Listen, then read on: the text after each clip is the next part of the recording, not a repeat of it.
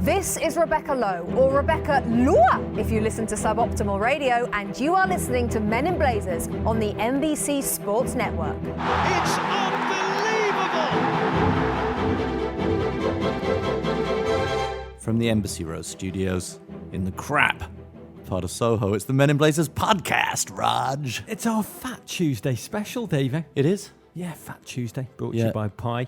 And very thin heads. What are you giving up for Lent, Davey? Oh, I haven't even thought about that. Come on. I'm not a big Lent giver-upper of things. I am. Okay, what are you giving up? For then Lent. I'll think about it. Yeah, good for Lent, because I know you like to observe the Catholic holidays. I'm a very religious man. I like to observe the holidays of all religions. I think I'm going to give up hair again this year, mate. Again? Yeah, again. Oh, my. What would I like to stop doing? I mean, I feel like this a lot. I'm going to be 51 on Friday, Rog. I'm going to be 51. You look younger now than when I first met you. Flaming years old on Friday. Yep. And I feel like I'd need to cut back on the sauce. You do? I need to cut back on the sauce. I do. I drink too much sauce. What's too much? A lot every night. Yeah. This is my 12-step program. But I'm recognizing I've got a problem. What is a lot? Well, no, I have 2 or 3 drinks. I never get drunk. Yeah. But that's probably because I drink so much sauce it never affects me very much. But Strategy. I like a drink. Do you know, can I give you some life advice? Yeah. Use bigger glasses. It's the Sam Allardyce. Yeah. It's the Sam Allardyce approach to wine. He only has one, but it's a pint of wine. I think that's just genius. Just keep it to one a night, but make it a pint of wine. No, I need to cut back on the sauce, but I don't quite know how I'm going to go and do that.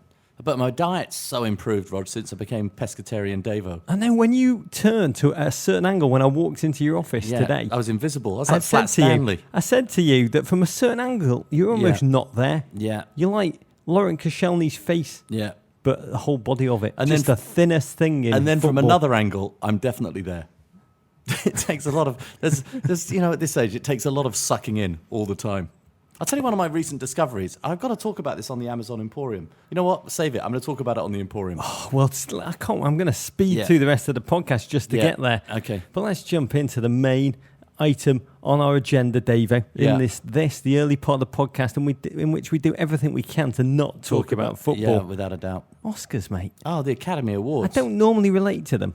Yeah. They're such an anachronism, like an aftertaste of the artificiality of the 80s and the 90s. Yeah. That doesn't play so well in our allegedly more transparent era. Yeah.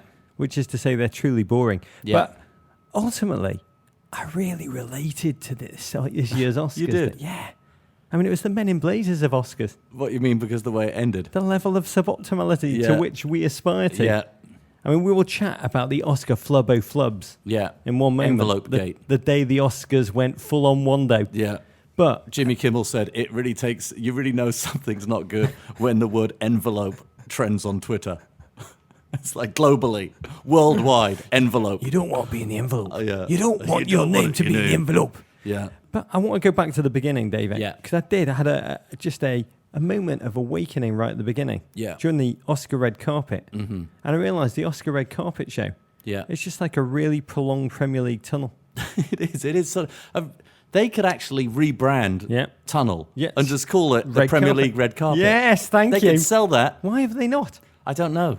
And by the way, while we're talking about this, Premier League Tunnel, it's become so bloody boring this season. Yeah.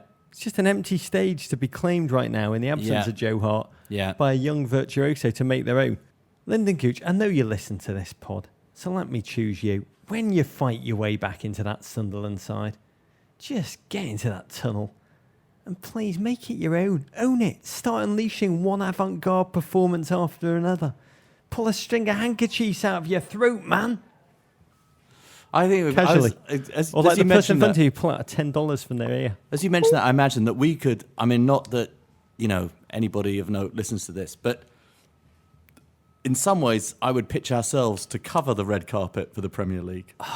We could be there like Seacrest on the side, interviewing people. What are you wearing, Joma? Exactly. What are you wearing? I'm wearing the same thing that he is. What are you wearing? I'm wearing the same. I'm wearing the same thing that he is. I can see from the Arsenal 11, nipples are really in. They're really on point this year. Yeah. Very good. See, we could do that. Yeah. We could make it work, the Premier League red carpet. Interview the refs about what they're wearing. Oh, Arlo, make it so. I know. Please. That would use be your, so use your good. sway. There were some lovely moments in the Oscars. Oh, My favourites. Yeah, look, as you know, I've got some previous with the Academy Awards. I was the executive producer for ABC in 1998 and 1999. I sort of sat in the truck on that show. I was around that whole award show, and I've got a lot of previous with James Kimmel, who I've worked with for a very long time. We were mixed on Kimmel. You really liked him. I thought he was absolutely outstanding. I thought his opening was very good. Very hard to do what he did, which was walk a line, yet land almost every joke without compromising your values. It was a phenomenal piece of writing. His ad-libs, bit old man. If I were Mahershala Ali, I wouldn't have been as so gracious as he mocked my name. And that tour bus routine, it reminded me like of class tourism, going to watch football in Hull just for the kicks. Oh, I thought that the bus routine had Envelope Gate not happened and overshadowed that. I thought that was the cleverest original bit done on the Academy Awards in memory. The collision of the informality and the formality of taking two parts of Hollywood, these two extremes of Hollywood, a Hollywood tour bus who, I mean, that is the one extreme, and the front row of the Academy Awards, and watching the way that those celebrities in the front row were experiencing that, and how it was the acting job of their lives to look happy that was happening. To pretend that they had to touch them without Purell. For me, it was moment. awful. For me, it was truly, it was just so absolutely, utterly grating. It was like as if Arsenal fan TV came through the looking glass in every regard. What would possibly be wrong with that? Before we get into the flub of flubs, I want to say two quick things I did love. Viggo Mortensen pulling out the San Lorenzo flag, his Argentine football team, when the camera zoomed in on him for his nomination for Best Actor at the Oscars. I just adored it. He knew he wasn't going to win, so he just used the moment to show his true footballing colours. Yeah, amazing. Leaning on this team in a moment of angst, like I do, I guess. Football as a security blanket. Also love Mark Rylance. Yeah. Coming on, talking about the notion of learning to oppose without hatred. Yeah. Words to live by. Yeah. Lovely. I had a bit of a problem with the hat. Other than that, it was all Yeah, good. hats. I didn't love the hat. We got a lovely raven about what we believe about balding men who are wedded to wearing hats, which it's its own form. It's its own subcategory of balding. So right. But it is a lovely companion to my grandfather's life motto: hate with reason. He looks more and more like English stoner Claudio Ranieri. Although he did say in that, I must say, I'm paraphrasing. Yeah, but he said hated this part too. That he said that women do this so much better with men of not opposing with hate. Yeah. I properly love women. You do. I You've work had in many wives. First three, and my first three bosses were women. Embassy Rowers is a vast majority female company. I promote the careers of women. Yeah. But in my experience, women are so much more cutthroat when it comes to like cutting you off, ending you in your life. And I actually think they hate brilliant. Women are so much better at hating than men. It's so men true. are like lame at it. Yeah, Mark Rylance clearly not watched Hoop Solo play in goal for the US women's national team. Yeah. I want to say this though. Mark Rylance tops a list of men I'd love to go out on the lash with. A night out with him and Miguel Herrera. It would be the night of my dreams. But we've got to go to the flub. Yeah. Davo, you understand how television works. What happened, man? Well, I mean, the amazing thing, Jimmy Kimmel, I encourage all of you to watch the monologue he did on his show on Monday night. Last night. And it's on his Twitter feed. And he explains what happens from his point of view. And the interesting thing, he was in the audience because the plan for the end of the show was that he was sitting next to Matt Damon, and after the Best Picture Oscar happened, he was going to say, well, the winner is, but we can all agree that Matt Damon is the loser. And that was the end of the whole show and how it was going to end. So he's sitting there next to Matt Damon in the audience, and he suddenly starts watching it all going haywire on stage. And Matt Damon says to him, I think that there's been a mistake.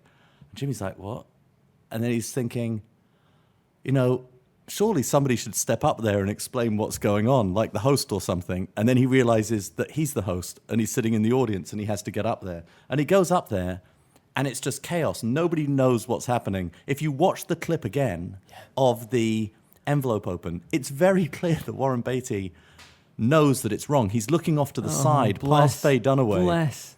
And then he throws her so sensationally under the bus because he realizes it's wrong, that it says Emma Stone La La Land, and he hands it to Faye and has her read it. It was the most sensational throwing of his co-star on their 50th anniversary under the bus. And look, in the production of the Academy Awards, the production itself, even the Academy, do not know what's in those envelopes. It is PricewaterhouseCoopers. It's the accountants who keep it. They manage that entire process. But they do have a series of backup envelopes, and they have the main envelopes. They have backups for, in case anything happens to the main envelope. And they just happen to... I always find that in life, 9 times you never want a backup. Out of 10 are caused by backup envelopes. Never have backup. We'll never have backup anything. You don't want to backup anything. Always a big mistake. So they just put 2 backup envelopes in a row, and that was it. There was no... there's no conspiracy. But it's the worst mistake that you can possibly have happen on any award show. The biggest award show in the world is the Academy Awards, and the biggest award is Best Picture. It ended up being absolutely phenomenal television, what happened. I mean, it was amazing. Here's what I want to ask you. Yeah. For just over a minute, La La Land was the best picture. Do you think that was still the best minute of the producers' lives? No. Or does it become tarnished in retrospect? Hear me out. Yeah. I mean, when you're climbing a mountain and you break the tree line and you just reach the peak, you peak. Yeah. You peak. Does it matter that you only peaked for 72 seconds? I mean, they still felt the feelings of peaking. No. That's not the analogy. Speech that they practiced for weeks in their underpants in the bathroom mirror so they could say it as if repression is the enemy of civilization had just come off the top of their heads in that minute, kind of casual style. Yeah.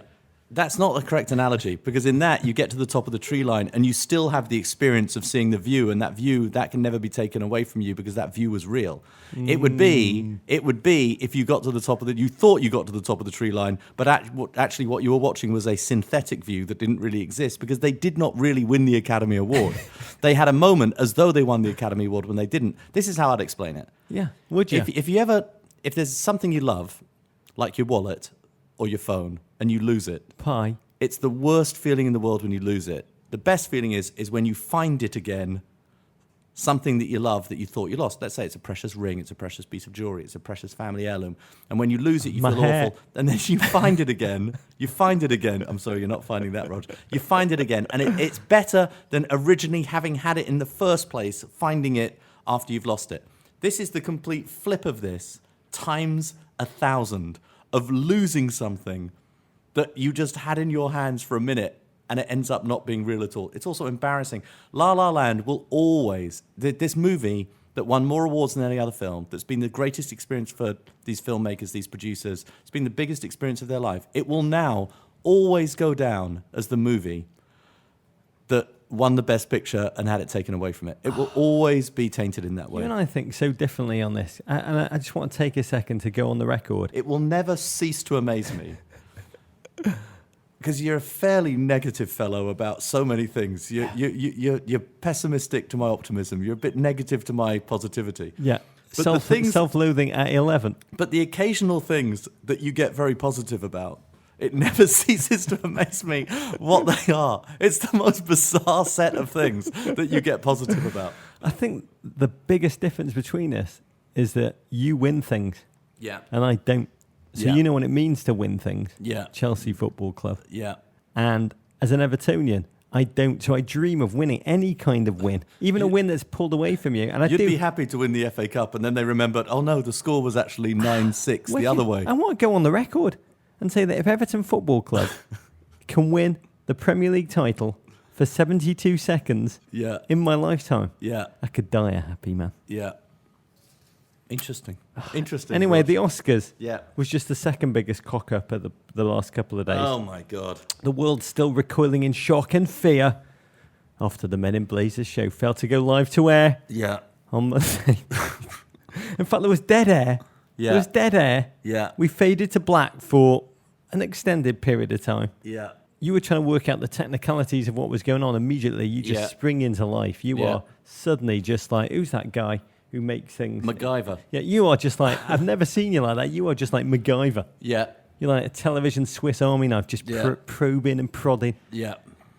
Well, the show must go on is the number one rule of all entertainment. The show must go on. You keep on going, whatever happens. I think I've talked about it before on the show. It's that Andy, we once did a whole episode of Watch What Happens Live that went black for the entire show, and we never told Andy Cohen until the end because he has to keep on going and doing the show, whatever, because we're going to fix it for the West Coast and we're going to go and feed it out there. But the show must go on. I just thought that you'd left the lens cap on. Yeah, well, by the way, the mistake that was made was no less ridiculous than that.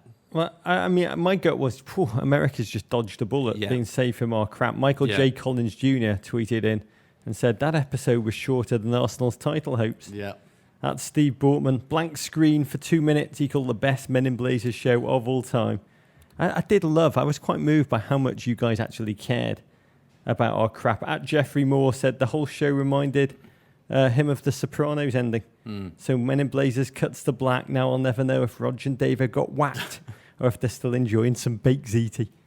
We're always enjoying baked ziti, David. What did happen? All I ever think in these situations is just tell me this wasn't our fault. Tell me this isn't on our end. It was Crap Cat's fault. Tell me it's on the NBC Sports end. I just don't want this to be our fault. Unfortunately, every time this has ever happened, it's been our fault. And everybody looks at me saying, I'm thinking this is probably the issue is on the NBC end, it's not on our end.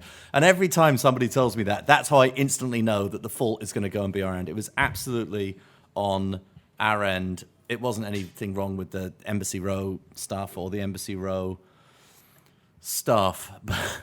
But apparently we get some email that will tell us when the live bridge is open, and confirming with the live bridge. One of our people failed to check that email or misread that email, and so the live bridge was not open when we went live. It's the most elemental. By the way, the hole in time through which we project the show. This is pretty wonderfully suboptimal, that the entire reason why the Men in Blazers show will get out or not get out is based on the fact on how one individual will correctly or not correctly read an email. Or bother to read it in the first place. Or just like, it went to spam. So that's pretty terrifying. You can either believe Davo, or you can believe me when I tell you there was a fight. Guinness was spilled. The clean-up took longer than we thought it would because, well, to be candid, it took me a long time to lick the beer off the floor. And that's it. I could have been more bummed. We'd worked, producer JW's and Lexi's had worked on a tribute that we cut for Black History Month, which was probably one of our more optimal pieces of all time. It ran as part of the show later that night on our Twitter feed now about a personal hero of ours, Viv Anderson, first black man to ever play for England, which didn't happen until 1978. Unbelievable. See it. I mean, it's one of the best things I've been involved with, and I say that as someone who really hates our stuff. One note. A viewer at MYFC5743 sent us a screenshot of the television when NBC Studio threw to us. And he showed that his closed captioning. Do you know what they call this, Davey? What? Ranch and Dabo, over to you. Ranch. Ranch. I love that. I love that. I'm thinking that because Ranch is just like a John Stark. It's my new name, David. Ranch. It's my American alter ego. Can we go as Ranch and Dabo to Halloween? We've got to have Ranch and Dabo outfits. By the way, we need to do a Ranch and Dabo t-shirt. That's a really good idea. We are Ranch and Dabo, our American alter egos, David. We have tans. We have hair. We got futures. We got fast cars. Bad news. Ranch and Dabo will be back this Monday. The screen will most probably go blank again at 5:30 p.m. Eastern Time for the Men in Blazers show. Live, with or without Spilt Guinness. Ranch and Dabo. Ranch and Dabo. We have a packed show, Rog. We're going to genuflect to Lord Zlatan and recap Manchester United's, some might say, undeserved EFL Cuppity Cup final victory over a tenacious Southampton side. We attend the shortest shiver ever held for beheaded Leicester City manager Claudio Ranieri. And we marvel. J-Dubs. Yeah. Wow. I know. He doesn't like these JCC bombings. I'm making this up in my head as I go along. Sorry, Dabo. It's not like producer J-Dubs writes this and I cold read it every single week. Come on. Come on, Dabo. Get with it, man. And marvel at the Foxes' 3-1 victory over Liverpool. And we do our contractually obligated roundup of the Milk Toast title chase. Chelsea win, Harry Kane hat-trick, etc., etc., etc. Plus, only 3 sleeps until MLS opening day. To the football, Rog. Crack open the Guinness. Can I just say my favourite moment of the week? When Sutton United's FC's goalkeeper was injured in the 15th minute of the game. And had to come off injured. And because Wayne Shaw had been let go. Sutton had no goalie on the bench. And their right back had to go in goal. Wow. Proof if we needed it. Yeah. There is a God, and she likes pies. So let's raise a Guinness to the pie god, Davo. Yes. To the pie god. The pie gods. I think there are several gods of pies. The pie gods. They're like a squad. It's a very complicated theology, which is rooted in the 13th century longings of man. Yeah, very true. Very, very it's a theology true. I can believe Yeah, it. Druid-based, Roger. Okay, to the football. We're now between 25 and 26, 38ths of the way through the Premier League season. That will or will not reduce depending on which team you follow in the Premier League. An aberration caused by the tinfoil sponsorless trophy, now known simply as the EFL Cuppity Cup. Man United 3, Southampton 2. United claim their first major-ish honour of the Mourinho era, thanks almost entirely to one man, Zlatan. The power forward-sized striker scored twice, including an 87th minute header to repel a Southampton side led by scraggly yet smooth Italian Manolo Gabbiadini, who also had a brace. What a fantastic game it was. I mean, we laugh at the EFL Cup. Yeah. But this Eti was Cup. everything we love about the game, David, mostly because Southampton were just so positive. They're almost fearless from the off, charging at United's many guns, countering through Gabbiadini, found the back of the net early. That poor Is he related to Gabbiadini. Troy Deeney? God, I think he's his Italian cousin, Yeah. David. There must be second, Yeah. third cousins possibly. Goal was ruled out in a final in England, wrongly ruled off for offside. What did Jose Mourinho say about Manchester? We are the unluckiest team in the world. Oh, this was just awful. To poor Southampton. English football, I know you listen. I know you listen to this pod. Raise your standard of your refereeing to like the world's great leagues. At least aspire to be like the Saudi Arabian league, the Jameel. Poor Gabbiadini just clung onto the post wide-eyed at the decision. He looks like an extra at the best of times who's wandered off the set of Pineapple Express and stumbled onto the football pitch. Yeah, he's so indie pop. Yeah, he's got those Mackenzie Crook eyes. Yeah. And it was United who were left to open the scoring. Zlatan Yeah. from the free kick. Yeah, amazing work. Although, a good free kick, I don't quite understand why England goalkeepers do this. It's sort of like Joe Hart at the Euros. Fraser Forster, and this is a long free kick. 35 yards out. Is standing so much closer to one post than the other. And he does that because, the wall is meant to block one side. But from 35 yards out, a player of Zlatan's ability can actually curl the ball over the wall and get it to that far side of the goal. Yeah, I mean, if you look at the wall, they had little Juan Mata, they had Smalling in there, United, to shield and then push, almost try and bulldoze players out the way, masking the shot. So Fraser Forster didn't see it until it was too late. But we got to say, Wayne Shaw would have saved that. Irrespective, Zlatan, 35 years of age. I love this stat. Goals before the age of 30, 232. Goals after the age of 30, 248. The older he gets, and this is for you at 51, Davo, the better he gets, which is the opposite, of course, of me. I mean, arguably the best free transfer in the history of the Premier League. It's just amazing what this signing was. Oh, it would get worse for poor Southampton in the 38th minute. Man United go 2 up. Saints' defence standing off. United just passed the ball around in training ground triangles. And it's Lingard capping off the goal with a kind of precision finish. EA FIFA players will recognise instantly as RB+B/D. Truly gutting moment for Southampton. I mean, they had shown such optimism, such courage. They'd done very little wrong.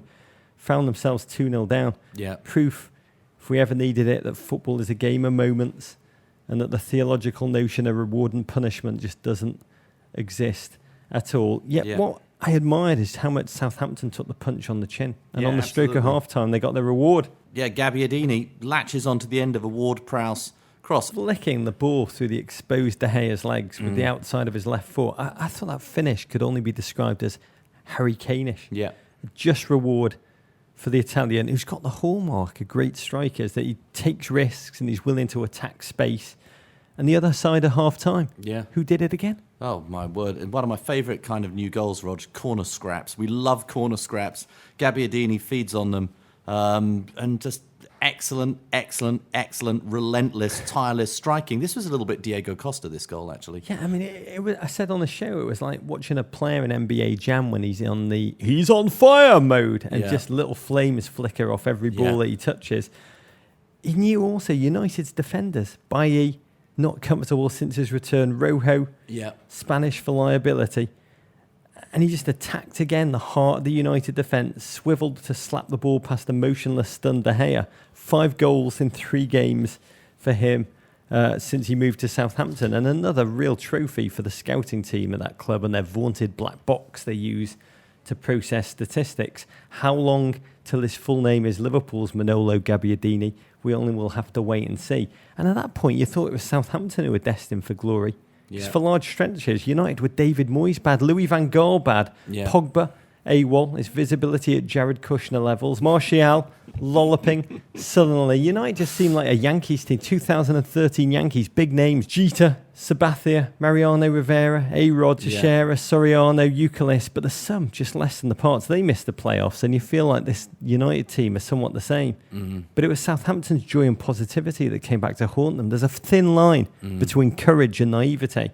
I think a more experienced team would have realised they were tiring and just shut the game down for that last 15. A cagier manager would have adjusted, tried to get rid of the adrenaline that was filling his team's legs and just try and say, all right, we're going to take this to extra time. Instead, they allowed a remarkable human being to dominate in the clutch in a massive moment in a massive game. 87th minute. Yeah, Zlatan. This was an Ander Herrera cross.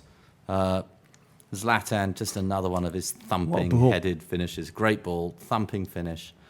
I mean, look, and this feels like this is what Mourinho is confident about. He knows he's got the best player on the pitch. He knows he's got a talisman. This is what he had in Drogba at Chelsea. He knew he had the best player on the pitch, and now he's got Zlatan at Man U. And this is what Mourinho does really well. He sucks you in.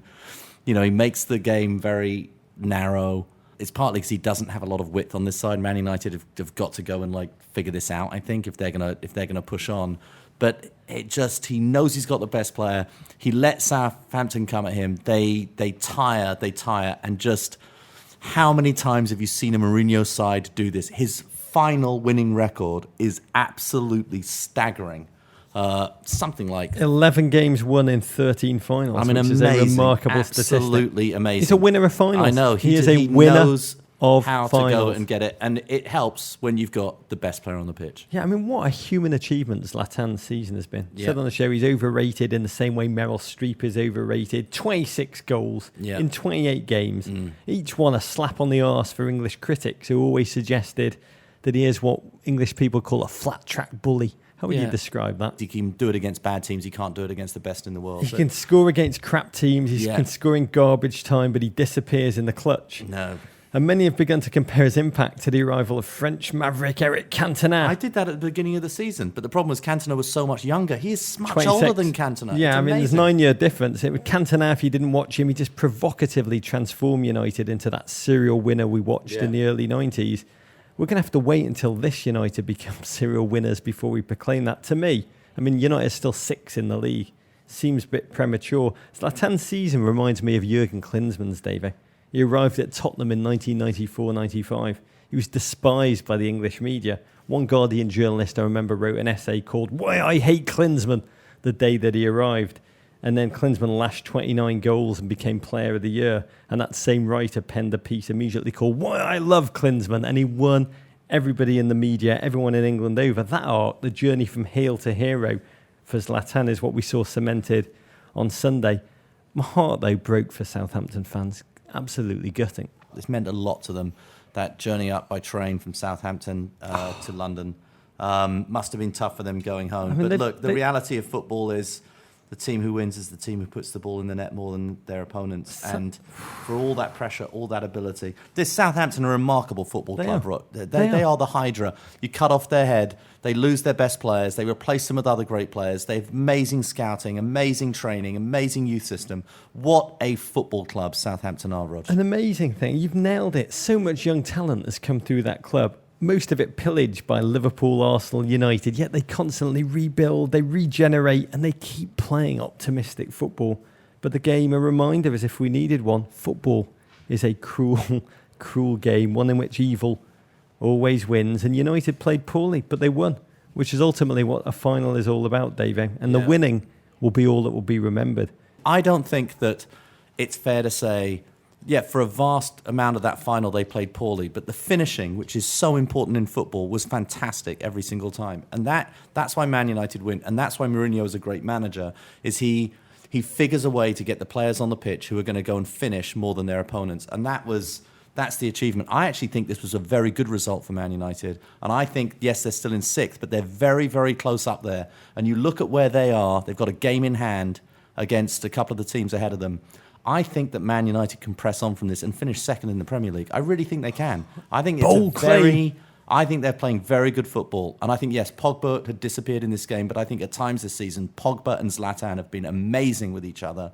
And I think there's a lot to look forward to in the future of this side. Yeah, I mean, what's fascinating, the League Cup is not important. Hence, Mourinho's deeply affected slumping during the trophy presentation. Yeah, I don't know how genuine that was. What is important is that he's going to use this to try and restore that culture of winning that LVG never did. He won the FA Cup, but context, my favourite Manchester United manager of all time was fired 2 days later and everyone saw it coming by then.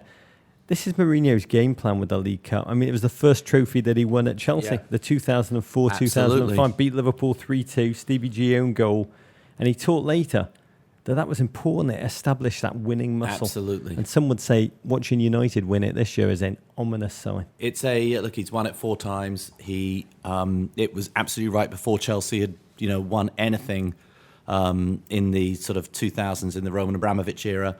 They won the League Cup. And they went on to win the league by 12 points. And look, I think that actually, as much as we mock the Cuppity Cup, in some ways, it's more important to a team's season than the FA Cup. And it's kind of gone above it. I'd give up a testicle for Everton to win it. I'd be quite candid. Partly because of the time in the season that it happens. Do you want one of my testicles? Not that much. Well, I was thinking what I could do with it. I just can tell by your face you're not interested. I was seeing a mallet. It would be quite a fun. It would be quite a fun evening. So will it be out or will it still be on you? So the lawyers will negotiate. Yeah, no, but the point at which the Cuppity Cup happens in the season, I think winning it can really propel you for the season. I think similarly losing it can be a bit of a gut punch. United fans and lovers of Ewok international footballers, we got a Juan Mata pod special this week. That's amazing. It is amazing because he's amazing. We taped it last Friday. He's a beautiful man. I asked him what he believes is unique differentiation that he brings to that fierce competition for a midfield place in the United side. He didn't have to hesitate. He just said, I bring joy. I love that man. Even more after chatting to him, and I bet you will too. The pod drops on Thursday, and I can't wait, dear GFOPs, to hear what you think of it. Okay, now to lesser football, Premier League football. Yeah, let's sully ourselves. Chelsea 3, Swansea 1. The league leaders repel newly optimistic Swansea City from the Bridge of Stamford. Bullies. Cesc Fabregas repaid Antonio Conte's decision to start him for only the 6th time this season with a goal and an assist, and my Valentine, Roger Pedro, and Diego Costa added the 2nd and 3rd to send Chelsea 10 points clear at the top. Big takeaway from this game. Yeah. Just how dominant and ruthless Antonio Conte's Chelsea are. Because this match, it seemed to be in the balance for about 15 minutes. And then Chelsea just ripped Swansea's hearts out and turned it into a routine win. Yeah. I was never worried. Chelsea, I was going to ask you, was there a moment? When you go and watch would have wobbled at Stamford Bridge, the way this team play football, they are, in order to pin them back, Swansea are having to cover so much space. They're having to play so much time without the ball. They're having to run all over the park. Chelsea have so much width. N'Golo Kante, I mean, my word, that guy is constantly, he's at you, it's at you. He grinds you down, he wears you down. And what he's doing in the first 20, 30 minutes of the game, that comes back to haunt you later. You just have to work so hard against this team, and you know that they've got enough players of quality who are going to go and go and like create chances, and probably ruthless enough to go and take them. I was never worried. Can I just say one thing about N'Golo Kante, who was so smothering, so dominant? There's a great clip of him on social media that we looked at where he, in 24 seconds, just makes 4 interceptions. Oh, my word, all it's amazing. Over the field. 4. It felt like more than 4. It was amazing. Tackles, interceptions, all kinds of things. I think 3 of them were of his own teammates, so they didn't count. Exactly. But they let him do that. Could you make a case for him to be Footballer of the Year, or am I bonkers? Oh, you absolutely could. You know, it's hard to see it. Unfortunately, there are a few other players who you might say, were pretty crucial. Statistically, you look at Eden Hazard, you look at Diego Costa, it's hard not to make a case for them if Chelsea win the season on how valuable they've been. But N'Golo Kante, if there's one guy who's enabled Antonio Conte's team to play the kind of football that they have, it's what N'Golo Kante does in the middle of the park. In the middle of the park in this game, he was joined by, surprise, surprise, Cesc. Yeah, for just his sixth league start of the season, in the side to unlock Swansea's suddenly organised midfield, an inspired choice, stole the ball off Diego Costa's foot to mark his 300th Premier League appearance with a classic Cesc goal. Amazing, Dave. 7 starts in all competitions. 6 goals for Cesc and 6 assists, which is pretty incredible. Yeah, he'd be like the 6th man. No, he is. He'd get the 6th man award in the NBA. Yeah, he would get the 6th man award. But on the cusp of half-time, 3-man defence went avant-garde with no man marking Llorente. Yeah. Big Pamplona, 9th in 23 games.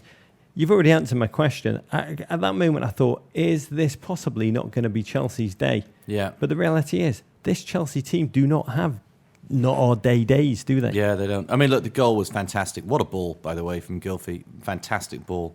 And a great finish from Llorente. But no, they had a lot, and they came back very quickly. Yes, there was some controversy around the goal, a very big penalty shout in the box against Dave. I felt the ball was too close to him. Others disagree.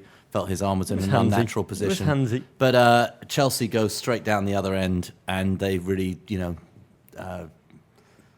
Pedroed. They Pedroed. I mean, it wasn't even a particularly good shot. I mean, speculative would probably Wet ball. Speculative would be unduly complimenting that strike. But when you're against Lucas Fabianski, you don't actually have to have accurate shooting. Yeah. I have never seen a more perpetually doomed footballer. He is so self-aware of how doomed he is.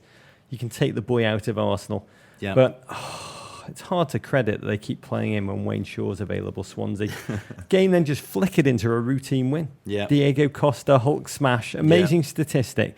54% of his games in which he's played, he's scored in, which is just astonishing. 42 goals in 78 Premier League games. As I said on the show, more lethal than VX Nerve Agent and North Korean Secret Service. I know you listen to the pod, so take note of that. I just love that walking Adidas billboard. Antonio Conte pumping the air. You've got a theory about him now at this point. Well, he does spend more time facing back towards the crowd than he does watching the actual football on the pitch. Grinding up against the Stamford no, it's Bridge amazing. faithful. He's playing. It's like he's a party motivator. He's not really a football manager at this point. No, it's theatre in the round. He's playing to the audience behind. Very difficult to play to the audience behind you. It's so funny you say that, because when Viola Davis, wonderful woman, but in her Oscar speech, she said actors are, quote, the only profession that celebrates what it means to live a life. I realised she's clearly never met Antonio Conte. Yeah. I mean, you were saying yesterday when we were chatting, you'd love to know how Antonio Conte acts at normal events. Yeah. Like kindergarten graduations, funerals. Yeah. Thinking like ritual circumcisions. He's just pumping the crowd up. Oh, he definitely goes insane in church. This is a guy who, he feels it deeply.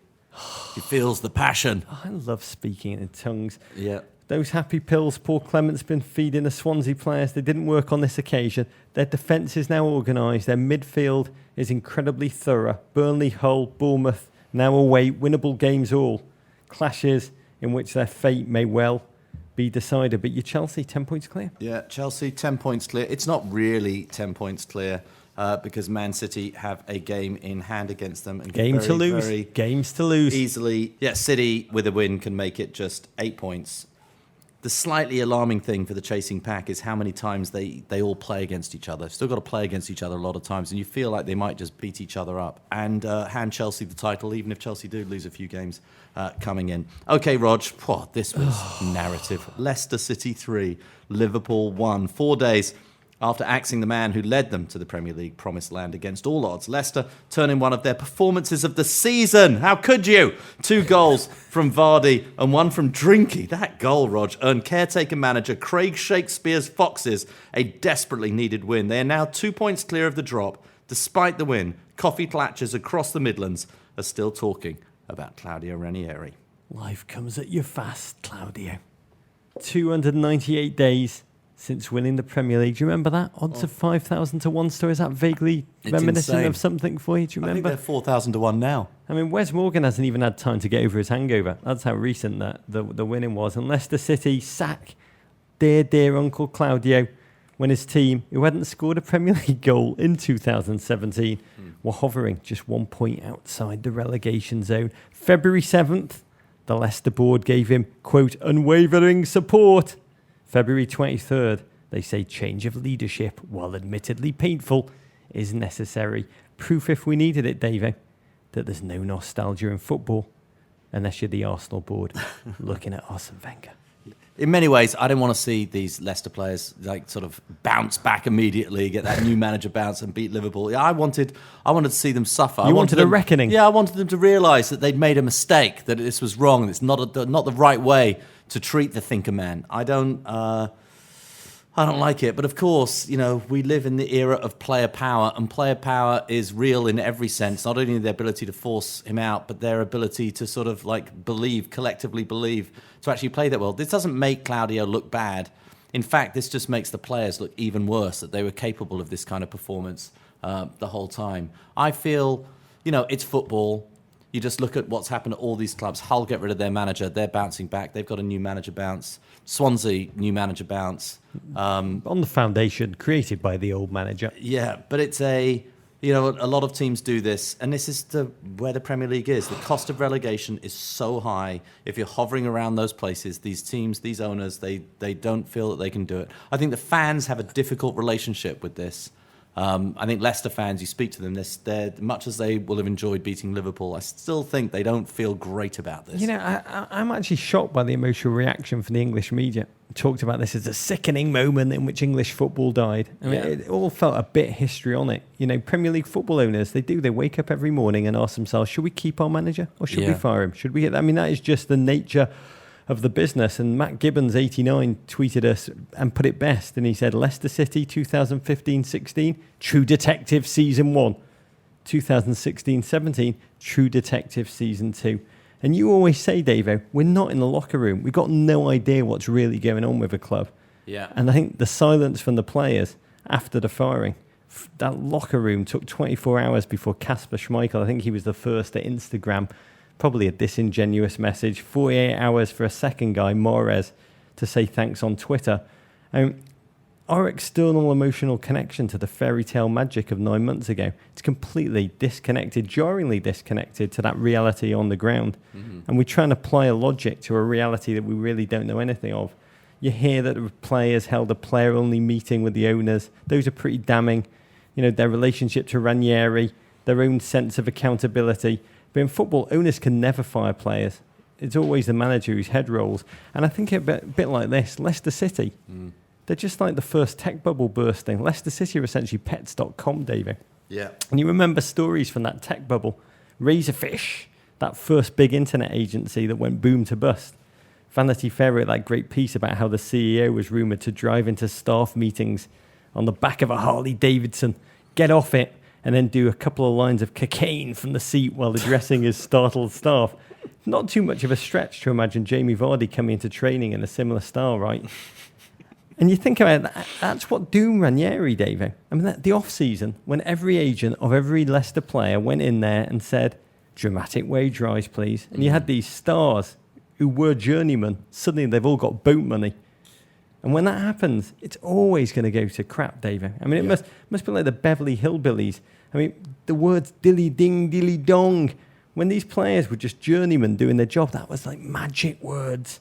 But the second the players are able to afford to fly private, to fly business, to fly their own plane, they just sound like silly old Italian man saying baby English. And they're just like, yeah. And that's how you lose 14 of your 25 games as champions. Yeah. But think how nearly Vardy went to Arsenal. Think how nearly, I think Drinky was looking at a major transfer. Mahrez. I mean, it's amazing how far they've fallen in that time, Rod. Really, really amazing. Good news, though. There's now a miracle worker for hire, Davey. We all need miracles with the world, the state it's in. They'll soon get another job. One last stat on this. We now live in an era in which 4 of the last 5 Premier League winning managers have lost their job before the end of the following season. Does that mean Antonio Conte is going to be looking for one in about 12 months' time? You never know. No, it is sort of remarkable what's going on. I was around Steve Parish in London, spending some time with him around the time that he was struggling with the whole decision over Alan Pardew, who he was very fond of. They'd become very good personal friends, and it was an incredibly, incredibly difficult time for him to go and deal with that. So it's not that I don't feel for the chairman and don't feel that people care, and I also understand the business. I understand what it means, but it is a reality of football these days. At Transcript, Adam said, the ultimate Roger Bennett feeling. Thinking of how Ranieri's sacking shows that even the greatest possible triumph can't prevent eventual heartache. I actually prefer to cling on to the positive side of this. Really? David. Yeah, Transcript, Adam. Don't do me down. I just say the moment in which Claudio stood by Andrea Bocelli as he sang Nessun Dorma on the field at the King Power. It's going to stay with us forever. A bit like winning the Academy Award for Mark Platt for 72 seconds. 72 seconds. You know, I don't know. I've never had a better 72 seconds in my life. Game itself, though, Davey. Yeah. God, we came to bury Leicester and we ended up praising them. I mean, by kickoff, Leicester were in the relegation zone. But they suddenly just awoke Glenn Closey style. And, you know, they reminded me a bit of a team that won the title. Drinky charging forward, busting a gut. Fuchs heaving the ball into the area with a throw-in no matter where it was from. And Vardy, you knew he was back onto world-class form the second you saw him tell the referee to off to his face. That was the telltale sign that old Leicester were back. Tempo, movement, incredibly direct. And in the 28th minute, Vardy, one-on-one, a man who'd only found the back of the net once in his last 18 games, and you just knew he was so clinical again. He was never going to miss once Albrighton had sprung him free. Charged forward towards a terror-filled Mignolet, finished with a dagger-wielding menace that he conjured on call last season. Leicester, though, were just getting started. Yeah, Leicester getting started. The second goal, Rods, breaks to Drinky on the outside of the box. I mean, it was a Jordan Henderson-style finish. It really reminded me. I thought for a minute, have I transposed somehow red and blue in my head? It was a CJ McCullum-like finish. Yeah, Drinkwater, what a finish. They go 2-0 up. Yeah, and with newcomer Wilfred and Ndidi just dominating the middle of the field single-handedly, it just became a bullion. The electric lights seemed to crackle all the more. The groundsman's kaleidoscopic grass stood more sharply and erect.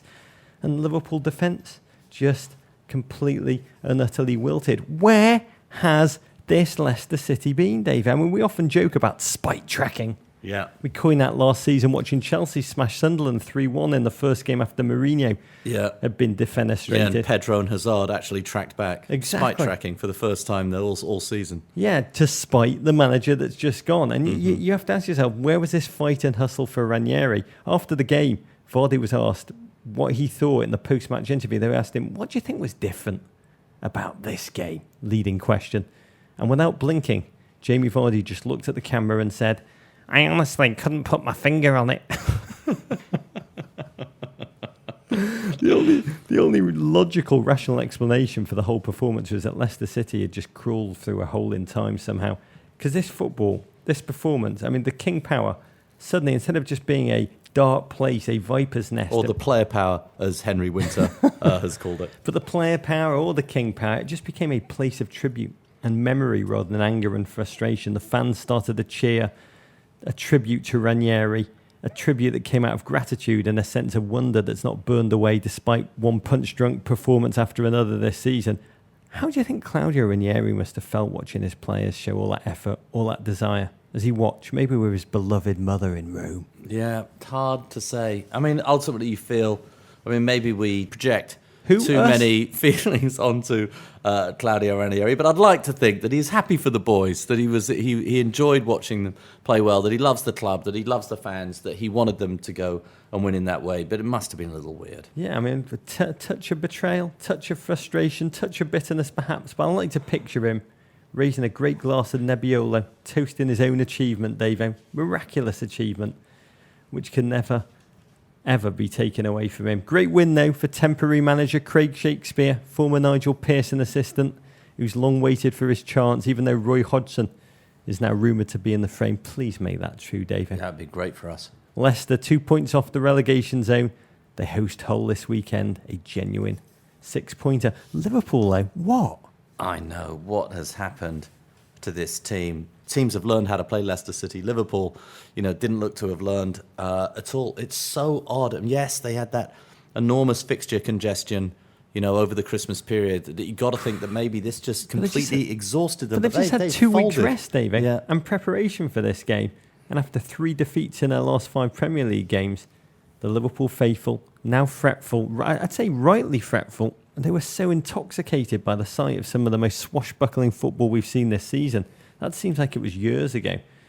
2017, they've been dumped out of both cups, won just 2 in 12 games. The club dangerously listing in 5th place, point behind Arsenal, who they play this weekend. And Jurgen Klopp, who once seemed like a footballing deity, suddenly starting to look like he may have clay feet, Davo, which I don't think he does. But it is further proof of Freud's theory that God's an illusion based on the infantile need for a powerful father figure. Vater! Yeah. Amazing stat, though. Liverpool's 5 Premier League defeats, 4 have come against relegation zone teams. Yeah. It's only Liverpool's form against top 8 that's keeping them out of relegation battle. Yeah, that's very, very true. Perhaps a more legitimate title contender, Rog. Tottenham 4, Stoke City 0. A holy trinity of Harry Kane goals effectively ended this one less than 40 minutes in. Delhi added a 4th to move Tottenham ahead of an idle Manchester City side into 2nd place. More impressive than all of this, they overcame the curse of Rog. Yeah, they did. And boy, did they ever need to. After being dumped out the Europa League to Belgian huffer and puffers Ghent, they really needed this. But they dominated from the off, rolling the ball around the edge of the Stoke area like a hockey team on a power play they weren't quite sure how to convert, until Harry Kane stepped up, took charge, lashed it through Ryan Shawcross's legs. 10th goal in 11 games, 100th of his young career. It's amazing. He's just 23, Davo. Yeah. What a player he is, though. He's a fantastic player. Remember that he's been doubted so many times. Like there have been moments of, Harry Kane. It feels like every season there are at least 5 or 6 times within the season. You're like, well, it's Harry Kane seems to have stopped doing the whole thing. And he just comes back again and again. What a competitor. Roy of the Rovers stuff from Harry Kane, Rog. 3 hat-tricks in 9 games, joint Premier League top scorer. That after being injured and missing 5 games with an ankle injury in September. Got a hat-trick in this one, but I loved the assist on the Delhi goal. Trumped the lot of them. He flicked the ball around Martin's Indy like an English Zinedine Zidane. Absolutely exquisite to watch. It's important to note Spurs are not a one-man team. Son, also important. He's in there for the handshakes. And Stoke, they just played this game like a mid-level street thug who knew they were dealing with stronger forces and were way out of their depth. They just simply rolled over and accepted their punishment, outclassed and outmuscled. Truly beta in every way. What do Spurs have to do, David, to take that next level? Spurs, I think one thing is they need to finish a season really strongly under Pochettino. They haven't really done that yet. Their conditioning is apparently so tough, their fitness routines, that we've got to see them really go through till the end of the season. I mean, right now they're playing, they're still legitimately contending for the title. They're in 2nd place, but they're trying to stave off yet another St. Totteringham's Day. That's another big thing. Perpetually. Yeah, so it's beating Arsenal, it's making top 4, making progress in Europe. This happened in a weekend after which they, as you mentioned, they had exited from the Europa League. They've got to do better in Europe, and they've got a really good squad. They've got really, really good players, but just the sense of can they do it for a full season? It is so hard, just as we were seeing with Liverpool. It is so hard to do it for a full season. On the whole, the team that wins the title, the teams that go the furthest in Premier League and Champions League, they just keep on going. They keep on going. They keep on going. And they show some consistency. The movie I made with NBC that they played last Sunday and is now available on the web and on Tottenham's website, actually, for English listeners. Interesting. It looked at the club's transformation, the past, present, the future under Poch.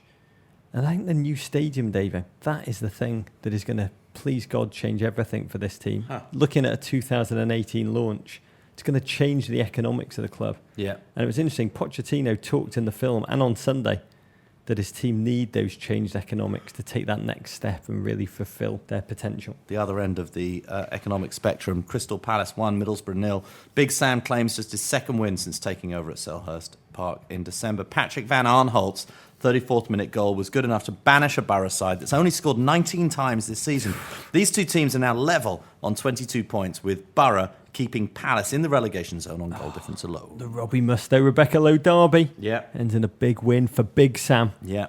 I did love how he tried to manage expectations before the game in his manager notes in the match programme. Mm-hmm. He wrote, "I would hope to see an uplift in our performance to get a result, but not necessarily a win."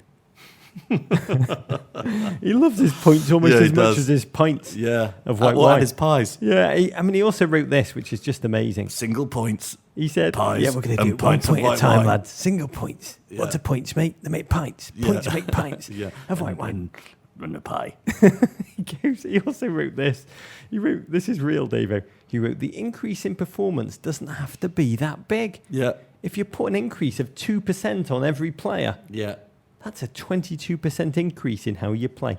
Yeah. If only football and math and life work like that. God love you, Big Sam. Yeah, that's Betsy DeVos level writing, Rog. I did love also the news post-match. Palace fans were so pent up, they tried to attack the Middlesbrough team bus. And they spray-painted the creative message, "Crystal Palace FC," and scrawled down one side, only to discover to their horror that they just vandalised Crystal Palace's team bus. At a cost to the club of $50,000, a.k.a. a whole month's pie bill for Big Sam. Self-inflicted wound that kind of captures the story of Palace's season. Yeah, and says so much about football. Watford won, West Ham won, some edible mid-table fare in which the highlights were a third-minute Troidini penalty and a second-half Andrew Ayew putback. The Hammers up to 9th. Watford, Rog, in 12th. West Brom 2, Bournemouth 1. Sport's most opulent farewell tour got underway Saturday at the Hawthorns with Mark Clattenburg reffing one of his final Premier League games before departing for Saudi Arabia's Jameel League. No one has ever said the Jameel League more times than us over the last week. Clatts support act, this is the football, saw the Baggies continue their European press. They're in 8th place and have officially hit Tony Poulis' favourite number of points, 40. Oh, he won't be pleased. Yeah. Poulis hitting the 40-point target by February. Normally prefers the agonising theatre of a proper relegation battle. But this was all about, who are we kidding? It was all about Clatts and the farewell tour. Played all of his greatest hits. Oh, he did. Fire and Rain, I cried. I'm not ashamed to admit it. He played You Got a Friend, beautiful. Personally, I was shocked, and I know you players from the Premier League listen to this show. Give him a guard of honour. What's a man got to do? For God's sake. JW said it all felt eerily like the Derek Jeter farewell tour. And he's shocked and surprised that none of the clubs are giving him like presentations of gifts at every stadium that he goes to. Yeah, no one. Everybody's surprised about that. Here's a banjo and half a curly-whirly that we found in the stadium. Yeah, there's vintage Clattenburg stuff that he does for the people, playing the ball in midfield, walking away from his assistants because he's up here and they're down here. It's a classic Clattenburg stuff. Oh, Mark, we won't miss you. Hull City 1, Burnley 1. Marco Silva sees his triage effort take a hit as the Tigers concede in the 76th minute to stay mired in the relegation bog. For Burnley, it's just their second point away from Turf Moor this season, Rog. And finally, let me put on my patronising voice, Everton 2, Sunderland 0. The Goodison faithful welcome David Moyes and his bulging eyes back to Liverpool and then immediately kick him back out. Goals from Idrissa Gueye and Romelu Lukaku in this one. Rogelio? Oh, few managers know the feeling of watching their team lose at Goodison Park in abject fashion better than David Moyes. And I did. It was fascinating watching him return with a different team. I felt nothing, David. It's like encountering that ex that everyone around you knew was bad for you but didn't have the heart or the courage to tell you. And then when you break up with them, everyone tells you.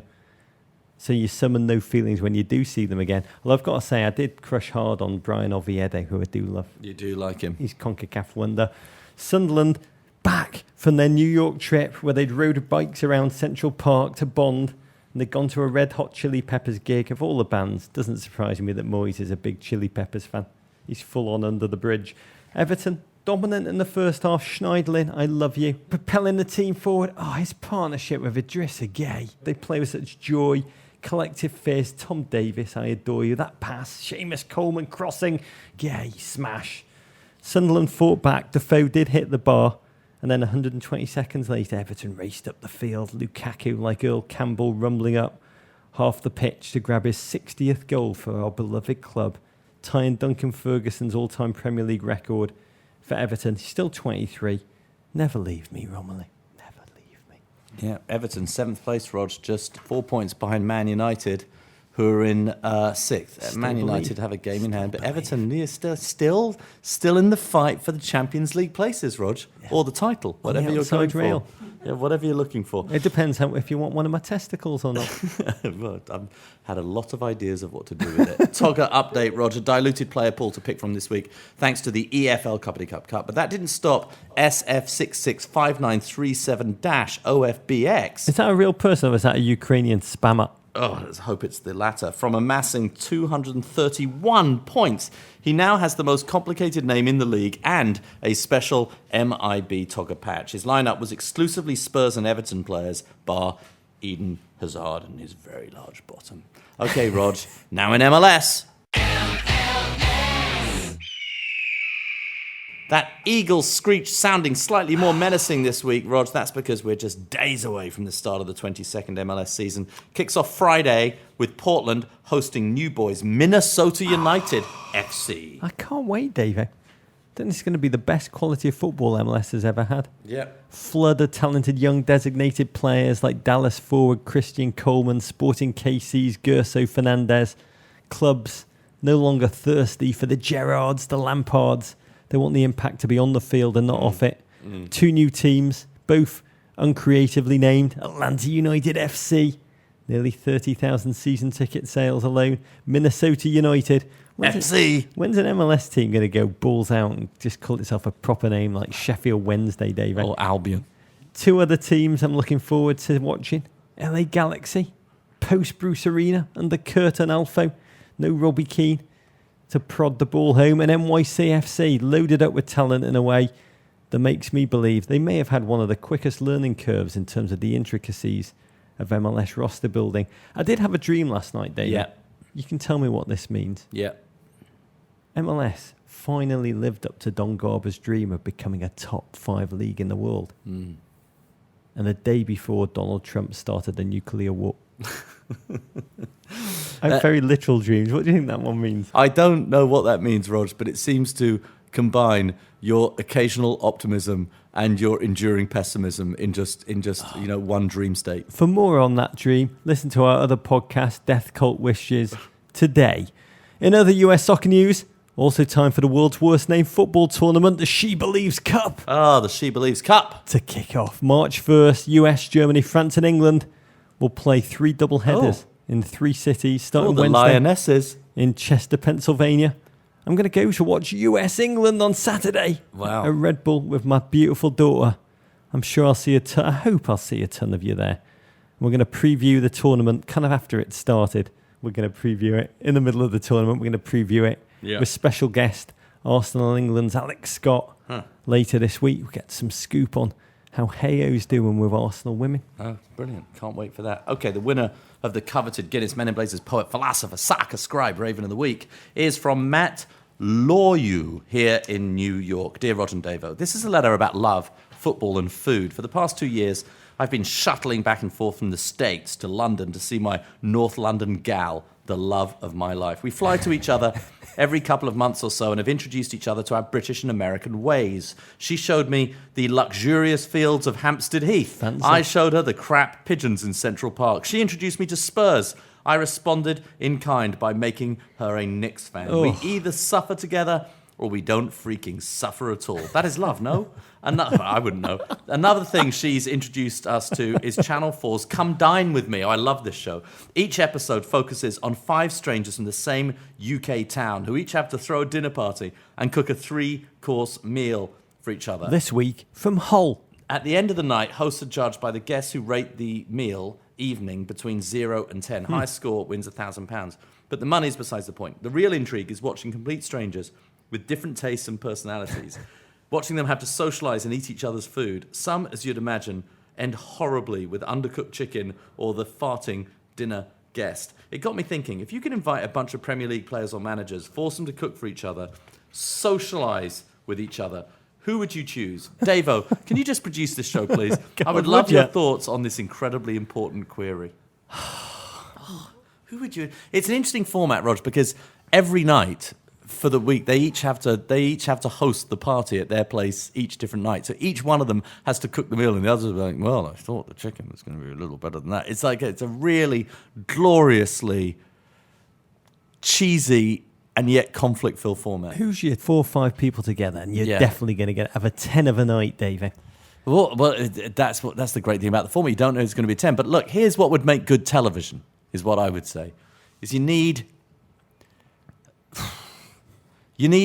somebody to really get the evening going. You need somebody who's going to make conversation happen. Because if people don't talk, you've got no television show. Guzan. No, Brodge. You've got to have Brendan Rodgers there. You need him telling his stories, talking about himself. He's got to piss off a few. Person. He's got to piss off a few people. He's got to have some stuff. Then you need asking questions and then saying back to me. Yeah, and then you need someone who's just like a bad boy. You need the bad boy there. You need someone with Lee Dixon. You need someone with shagging stories. You need someone who can do it. It's Andy Carroll. What? He's going to show up late, maybe with a couple of birds. He's not going to know what to do with food unless it's served off a naked woman. Yeah, it's going to be tough. What? Knife and forks? I know. So heard you got Brodge, you got Andy Carroll. Yeah. Then you need the diametric. Oh, you need somebody who is sort of the observer who thinks this is all a bit weird. What's going on? So you need a player who comes from the continent. Somebody French, I think, would be good. Because they're used to fine dining and they're going to be pretty appalled by the food. Thinking Kurt Zuma would be good, a bit of a wild card.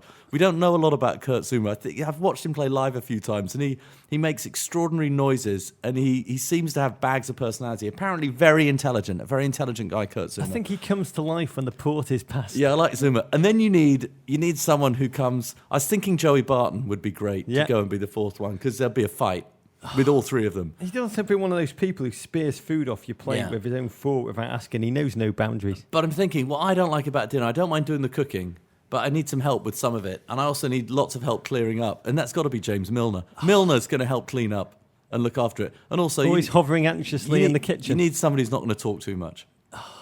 So that would be my fault. I'd go with all of those, David. Yeah. I definitely would. I'd only add Antonio Conte. Oh, my word. God, I just want to know what it feels to be such a lion. Yeah. I really do. I also believe, I've got a feeling his cacio e pepe recipe must be to die for. Yeah. I'd definitely invite Mark Clattenburg. Yeah, Clatts. Yeah, so once we've had... Well, if you don't invite him, he'll show up anyway. But I'd only invite him so that once we've had few too many Malbecs, I can just tell him to his face what a knob he is. And if I do that, then I've got to invite Juan Mata. Just to make, he's the kind of guy after that awkward moment, when I really go for Clatts, and it's a bit on edge and the night's feeling a bit off. Yeah. Juan Mata, make everyone suddenly social graces. He gets out his ukulele. When the air and you'll sing along with Juan Mata. He just pull a harmonica out of nowhere and a little Jew's harp. Yeah. He'd be the social glue. He'd just give out the hugs. Yeah. So good, Rog. Okay, your weekend looks like this. On Saturday, newly minted Cuppity Cup champions Man United host Bournemouth at 7:30 a.m. That's followed by Liverpool. The Cherries? Oh, this is a big game. Liverpool versus Arsenal at 12:30. On Sunday, Everton that is travel. Dark forces around that game. Self-loathing. I'm going to watch this game at 10. with 2 Arsenal fans, by the way. Everton travel to White Hart Lane to take on a surging Tottenham at 8:30 a.m. All of those games on live on NBC. And on Sunday, in MLS action, Orlando City opened their new stadium, Rog. That's an amazing stadium downtown, by playing host to NYC FC. That's at 5 p.m. on ESPN. Afterwards, a Dax McCarty-less Red Bulls team head to New Kids on the Block, Atlanta United FC. That's at 7:30 p.m. on FS1. There are many ways to connect to us. One is through our Amazon Emporium, which helps keep the show going. Anytime you go on Amazon for items big or small, just click off the Emporium page, and Men in Blazers gets a tiny percentage that allows us to cover the cost of creating the show. What are you putting in the Emporium this week, Rogelio? A book, Soccer Under the Swastika. Wow. By Kevin E. Simpson. Yeah. Combines two of my most Is this your pen name? Is this another one of your pen names? If there's a book that you would have written, it would be Soccer Under the Swastika. But it's not in my handwriting, this book, David. That's the proof. It's an untold history of the truly unbelievable role football played before and during the Holocaust. A story which encapsulates a Nazi purge of once incredibly Jewish clubs like Bayern Munich, I crap you not, and Dutch powers Ajax, and a love of football which just would not be vanquished, with leagues being organised in ghettos across Europe, including Terrorism, the antechamber to Auschwitz, games that were played even within concentration camps, which is absolutely mind-blowing. I mean, the book tells a slew of stories, preserving the memory of hundreds of footballers who would otherwise be forgotten by history. And it's ultimately a testament to the joy football can bring and humans' primal connection to the game. Okay, Rog, tough pivot here for me on my Emporium pick as normal. I've just got 2 words for you. Compression socks. Rog, compression socks. Are you reading my mind? Yeah, I don't understand the medical research behind this, but I've been told by a few people, and just don't give me a hard time over Twitter if you don't like my I listen, people. I don't endorse anything. Just people tell me things, and I try them. And if they work for me, I do it. I'm sure this is just as much of a placebo as anything else I do in my life. But I'm that kind of a person. Things work for me if I believe in them. I won't have a bad word said about Herbalife. Compression socks, Rog. Compression socks.